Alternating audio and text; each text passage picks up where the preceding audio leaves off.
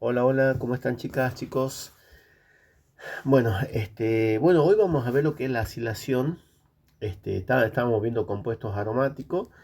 Lo último que vimos de la clase anterior era de lo que es la sustitución electrofílica aromática, que sería lo principal que tiene justamente los compuestos aromáticos. Vimos hasta la alquilación de Friedel-Crafts, ¿ah?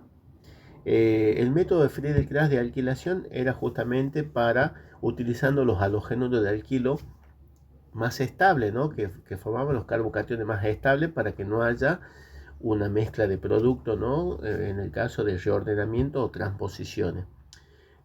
Pero por ese método, Friedel-Crafts no podía obtener alquilbenceno de cadena larga no ramificada, y es por eso que hizo los estudios necesarios e ideó este método, ¿no? Este método de obtención de alquilbenceno de cadena larga no ramificada, pero haciéndolo lo que es la acilación de Friedel-Crafts, ¿ah?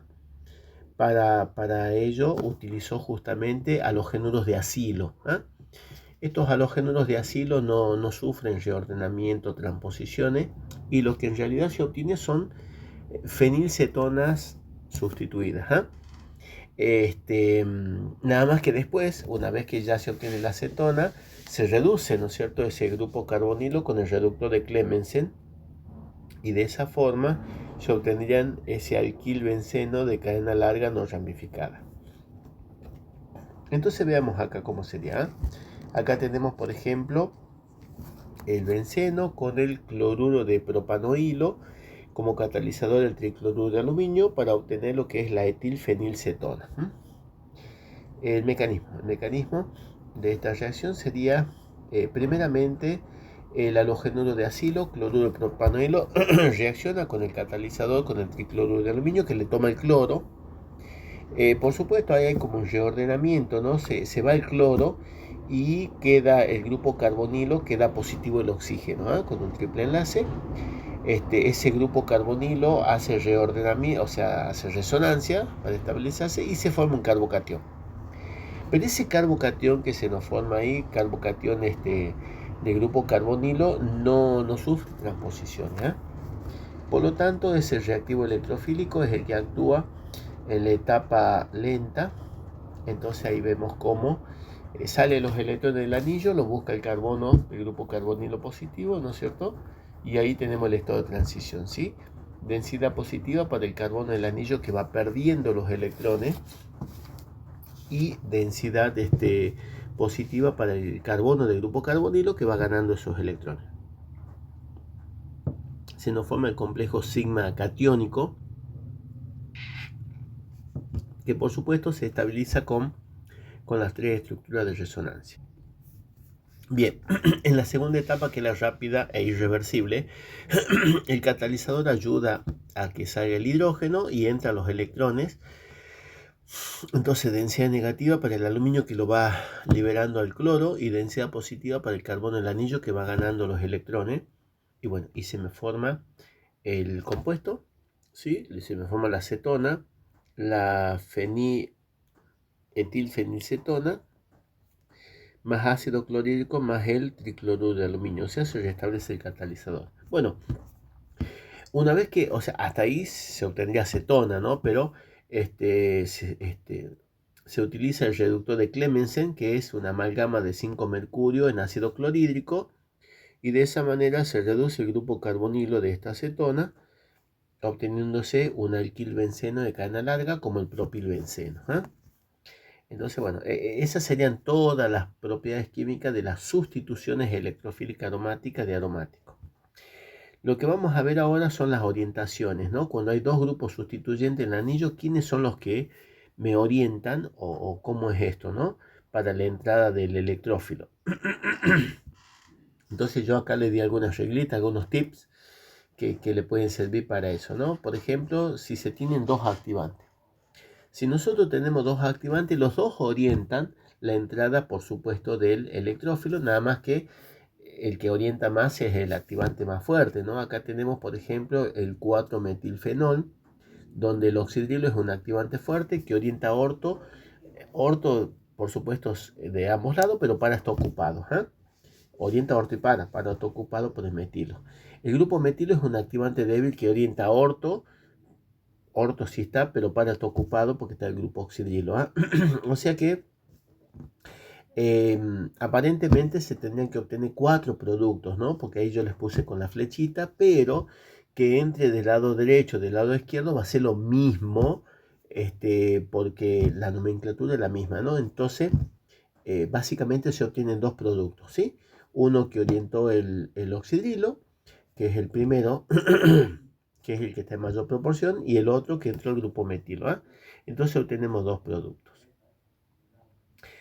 Otro ejemplo, supongamos acá que tenemos el 3-metoxitolueno, donde ambos orientan, porque los dos son activantes, ¿no? El grupo metilo orienta orto y para, y sí, está disponible orto y para, y el grupo metoxi también orienta orto y para. Por eso hay una doble flechita en cada posición, porque los dos orientan a las mismas posiciones, chicos, ¿eh? O sea, aparentemente se tendría que obtener 3 productos. Sin embargo, el que no se obtiene es el que está tachado, donde entra entre medio los dos por impedimento estérico. ¿Ah? ¿Por qué no? Porque hay impedimento estérico, por eso no podría entrar en esa zona. Entonces solamente se obtienen 2 productos en las mismas proporciones, porque los dos grupos son los que orientan a esas posiciones. Ahora, si tenemos otra situación, 2 desactivantes, bueno, los dos desfavorecen la reacción. Como los dos desfavorecen, eso significa que los dos orientan la entrada del electrófilo. Acá tengo, por ejemplo, el 3-nitroclorobenceno, donde el cloro es un desactivante débil que orienta orto y para, y el grupo nitro es un desactivante fuerte que orienta meta. Entonces el cloro orto y para está libre, por eso la flechita que corresponde, y el grupo nitro orienta meta. Por la parte de abajo el meta está libre, pero por arriba está el cloro. O sea que aparentemente se tendría que obtener 4 productos. Sin embargo, el único que no se obtiene es el que entra entre medio de los dos por el impedimento estérico. Por eso obtenemos 3 productos en las mismas proporciones aproximadamente, porque los dos desfavorecen. Otra situación es que yo tenga, por ejemplo, el 3-nitrobenzaldehído, donde los dos grupos son desactivantes. El grupo carbonilo del aldehído, un desactivante moderado que orienta meta. Solamente meta del lado izquierdo está disponible, ¿no? El del lado derecho está el grupo nitro, y el grupo nitro, que es un desactivante fuerte que también orienta meta, solamente está disponible de un solo lado, ¿no? Por lo tanto, y los dos orientan al mismo punto, o sea que se obtiene un solo producto. Y la tercera situación es si en el anillo tenemos un activante y un desactivante, ¿no? Si en el anillo se tiene un activante y un desactivante, solamente orienta el activante. Solo orienta el activante. Lo único que hace el desactivante desfavorece la reacción, pero lo único que orienta es el activante. En este caso, el grupo activante es el grupo amino, un activante fuerte que orienta orto y para con respecto a él. Da la apariencia que se pueden obtener 3 productos, pero el que no se obtiene es el que entra entre medio de los dos grupos por el impedimento estérico. Por eso es que se obtiene solamente 2 productos. Bueno, ahora sí ya tenemos los métodos de obtención. Método de obtención para los compuestos aromáticos. Primeramente, la formación de un compuesto aromático a partir de compuestos no aromáticos, ¿no? Alicíclico, la reacción de Diels-Alder, que era la cicloadición. Esta la vimos cuando vimos los dienos conjugados, ¿sí? Cuando hacemos reaccionar un dieno conjugado con una olefina con un alqueno, me da el ciclo hexeno, ¿sí? Alta presión y temperatura. Bueno, una vez que ya se tiene el ciclo hexeno, ahora sí se hace la deshidrogenación, o sea, la oxidación esta catalítica. Se usa platino y el óxido de aluminio como catalizador de altas temperaturas, 250 grados centígrados. Se deshidrogena y se obtiene el benceno. Bueno, el resto ya de los métodos de obtención ya es utilizando compuestos que ya esté el anillo, simplemente le agregamos lo que necesitamos. Por ejemplo, a partir del reactivo de Grignard para la obtención de alilbenceno. Este es un ejemplo, pero se puede obtener cualquier compuesto, ¿sí? Los halobencenos, el bromobenceno puede formar Grignard, sí. Lo trato con magnesio, en etílico absoluto o anhidro, se forma el reactivo de Grignard y ahí agregamos un halogenuro de alquilo, en este caso el bromuro de alilo, ¿sí? Para que se dé la reacción y me da el alilbenceno, ¿eh? Pero bueno, podemos usar cualquier reactivo de Grignard. Bueno, después tenemos la reacción de Friedel-Crafts, ¿sí? Para la reacción de Friedel-Crafts también, ¿no? La vimos anteriormente, era para obtener el tolueno, por ejemplo, si uso el clorometano, el tolueno. Si uso el diclorometano, obtengo el difenilmetano, y si uso justamente el cloroformo o triclorometano, obtengo el trifenilmetano, ¿eh? Y después podemos tener la obtención del bifenilo. En ese caso usamos el bromobenceno con sodio en presencia de éter, se condensan los anillos y obtengo el bifenilo.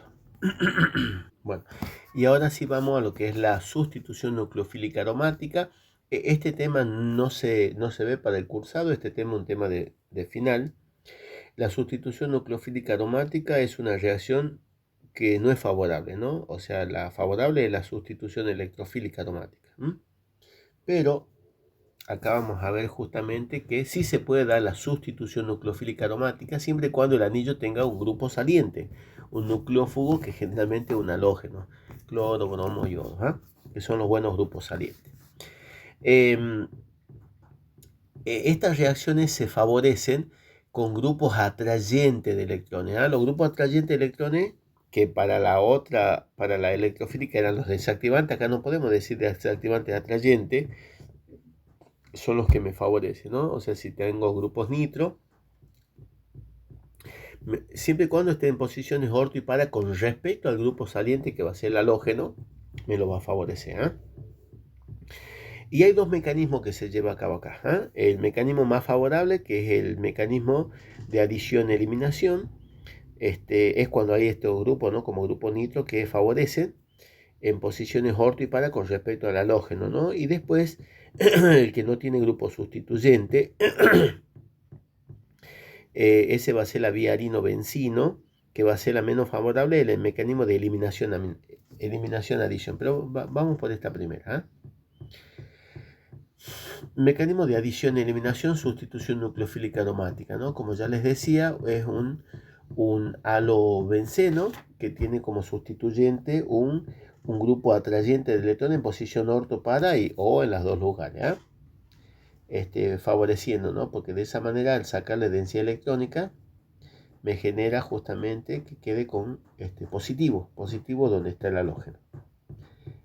Bueno, acá tenemos, por ejemplo, ¿ves? Sería un método de obtención de fenoles, en este caso sustituido, ¿no? Pero no solamente entra el grupo oxidrilo, sino cualquier nucleófilo lo puede hacer entrar. Acá tengo el 4-nitroclorobenceno con hidróxido de sodio acuoso a 130 grados centígrados. Nosotros se sustituye el cloro por el oxidrilo y obtenemos el 4-nitrofenol, ¿ves? O sea que sería un método de obtención de fenoles. Esto lo volvemos a ya mencionar solamente cuando veamos alcoholes y fenoles. Bueno, entonces veamos el mecanismo. Bueno, justamente en la primera etapa lenta, el nucleófilo, que sería el oxidrilo, ataca nucleofílicamente al carbono deficiente, donde está el halógeno, ¿sí? Y entonces tenemos el estado de transición, densidad negativa para el oxidrilo que va entregando los electrones y densidad negativa para el carbono del anillo que va recibiendo esos electrones, ¿eh? Entonces se me forma un complejo sigma aniónico o de Menzenheimer, que se llama, ¿eh? Que por supuesto, ¿no es cierto?, se estabiliza dispersando esa carga negativa en el anillo, y el grupo nitro participa dispersando. Por eso los grupos atrayentes me favorecen justamente este mecanismo, ¿eh? Porque participa en la dispersión de la carga negativa. Entonces ahí tenemos las tres estructuras de resonancia de ese complejo sigma aniónico.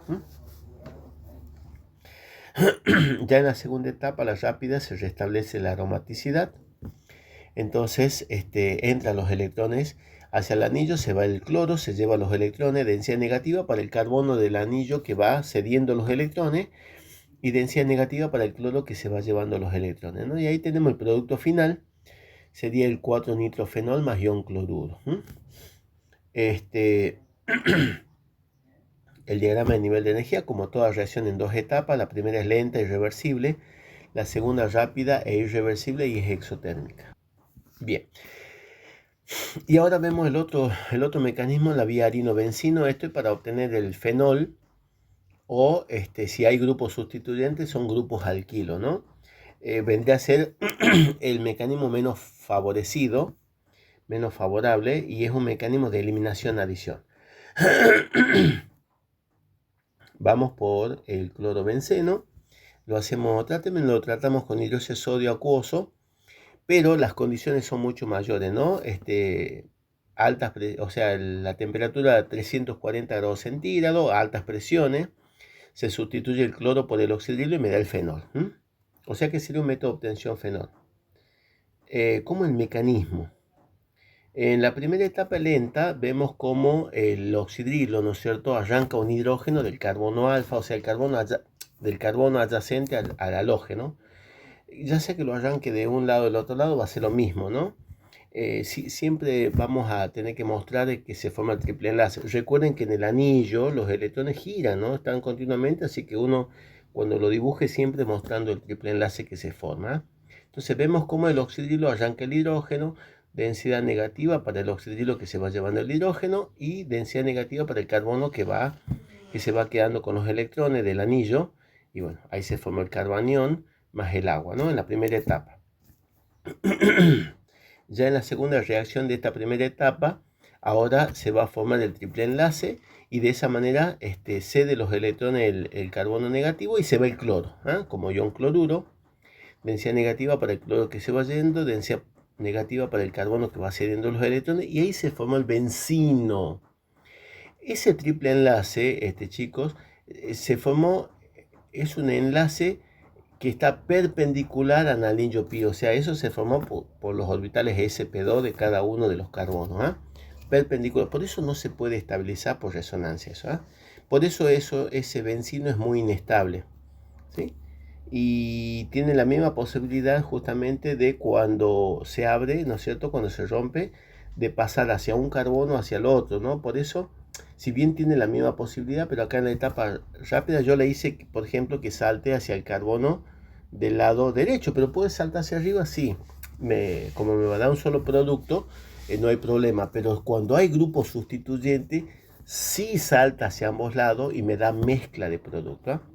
En este caso, como lo hice saltar hacia la parte de abajo, entonces el oxidrilo entra por arriba, densidad negativa para el oxidrilo que va entrando y densidad negativa para ese carbono que va recibiendo los electrones. Ahí se me forma un carbanión, entonces tengo que neutralizar esa carga negativa, le agrego algo que actúe como ácido, como el agua. Entonces ahí hay una reacción ácido-básica, se protona y me da el producto final, el fenol más el ion oxidrilo. ¿Puede haber sustituyentes en el anillo? Sí, pueden haber sustituyentes que desfavorecen la reacción como grupos alquilos. Por eso las condiciones son un poquito mayores. Pero bueno, acá en este caso tenemos, por ejemplo, les muestro las tres situaciones posibles. Por ejemplo, acá tengo el 4-clorotolueno. Nada más que al cloro lo pongo arriba porque ahí es donde hacemos la formación del bencino, ¿sí? Se va a ir el cloro con los hidrógenos adyacentes para formar el bencino, o sea que el triple enlace se puede formar del lado derecho, del lado izquierdo, eso es lo mismo, pero es el mismo bencino, chicos, por lo tanto los productos que se forman son lo mismo, ¿no? El oxidrilo puede entrar justamente en cualquiera de los dos carbonos, por eso se forma mezcla de productos, Por eso se me forma el 4-metilfenol y el 3-metilfenol en las mismas proporciones. Vamos al mecanismo, ¿no? Entonces, en la primera etapa, que es la lenta, viene el oxidrilo, le arranca el hidrógeno adyacente al halógeno de cualquiera de los dos lados. Entonces me densidad negativa para el oxidrilo que se va llevando el hidrógeno y densidad negativa para el carbono que va cediendo que va ganando los electrones, se forma el carbanión más agua. En una segunda reacción ese carbanión forma el triple enlace, el bencino, ¿ve? Y se va el cloro, densidad negativa para el cloro, densidad negativa para el carbono, se forma el bencino más ion cloruro. Pero acá, como hay un grupo sustituyente, ya no es lo mismo que salte para un lado o para el otro lado, por eso se obtiene mezcla de producto, ¿eh? O sea, si el triple enlace salta hacia el carbono del lado derecho, hacia abajo, el oxidrilo entra por arriba y ahí se obtiene uno de los productos, ¿eh? Pero si el triple enlace salta para el carbono de arriba, que son las dos posibilidades y tienen las mismas probabilidades, ¿no? El oxidrilo entra del lado por abajo, del lado derecho, y ahí se obtienen los dos productos, ¿eh? Entonces vemos cómo me dan los dos estados de transiciones, se forman los dos carbaniones, le agrego el agua para que se protone y de esa manera obtenemos los productos finales, ¿sí? ¿Quién está en mayor proporción? En las mismas proporciones, porque acá no hay orientación, ¿sí? Esto es de funciones probabilísticas, entonces obtenemos el 4-metilfenol y el 3-metilfenol en las mismas proporciones. Eso significa que si me piden mecanismo, lo tengo que hacer para los dos. Veamos la otra situación que está en posición orto, o posición 2, el 2-clorotolueno, por ejemplo. Bueno, ahí, bueno, le puse un metoxi, ¿no? Para que vean que puede ser cualquier nucleófilo que pongamos, ¿no? Con el oxidrilo me da el fenol, pero con el metoxi va a entrar el grupo metoxi, puede ser con el grupo ciano, ¿eh? Se formarían dos productos también, el grupo metoxi entraría en la posición 2 y en la posición 3, o sea, una mezcla de productos, ¿no? El 2-metoxitolueno y el 3-metoxitolueno en las mismas proporciones. Esto se hace a altas presiones y temperaturas. Veamos el mecanismo. Claro, en la primera etapa lenta viene el alcohóxido, le arranco un hidrógeno que está a la par del halógeno, hay una sola posibilidad en este caso. Densidad negativa para el alcohóxido, el metóxido, densidad negativa para el carbono del anillo que va ganando los electrones. Se me forma el carbanión más el alcohol. Bueno, ya en una segunda reacción se va a formar el triple enlace, el bencino.